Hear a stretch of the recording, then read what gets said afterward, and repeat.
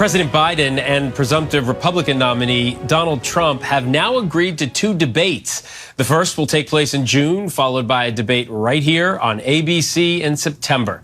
Let's bring in ABC News White House correspondent Mary Alice Parks for more on this. Sort of developed over the morning as we were talking to each other, Mary Alice. There was a lot of back and forth between Biden and Trump leading up to this, some of it on social.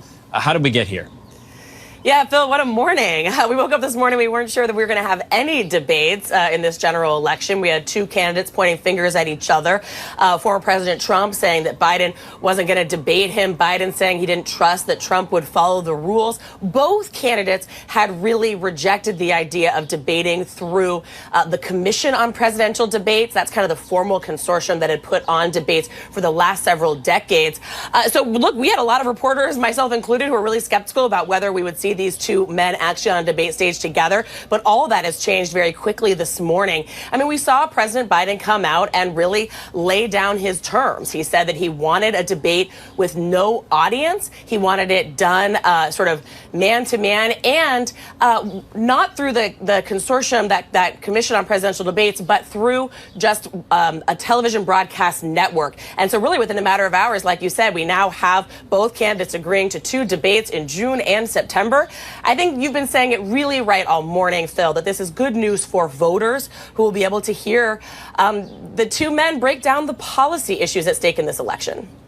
Yeah, it was really upsetting to kind of think that you'd have these two men running for president and we wouldn't see them debate issues. But that's now apparently not going to happen if these two debates do happen. I know you can't see into the future, Mary Alice, but you are a White House correspondent, so you study these things way better than most and more intensely. What do you think we're going to see at these debates? Do you think we'll see some substantive discussions?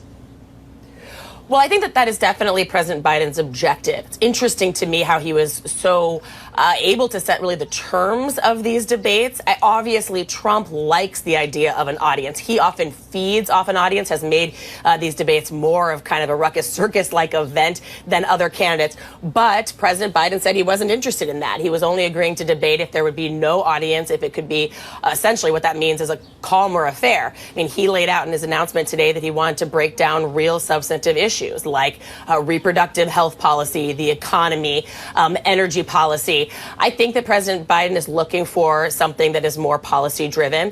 What's interesting to me when you actually picture sort of visually, if it is just a studio with an anchor or two anchors and two candidates, will they be seated or standing? These are the kinds of questions that people like reporters like me get excited thinking about. That alone could really change the dynamic of this debate. I mean, we've seen in the past when Trump has physically left the podium, walked across the stage, used that to his advantage. Maybe some say he looked bullying in past debates. But all of these sort of details could make a real difference in how the two candidates are able to deliver their message.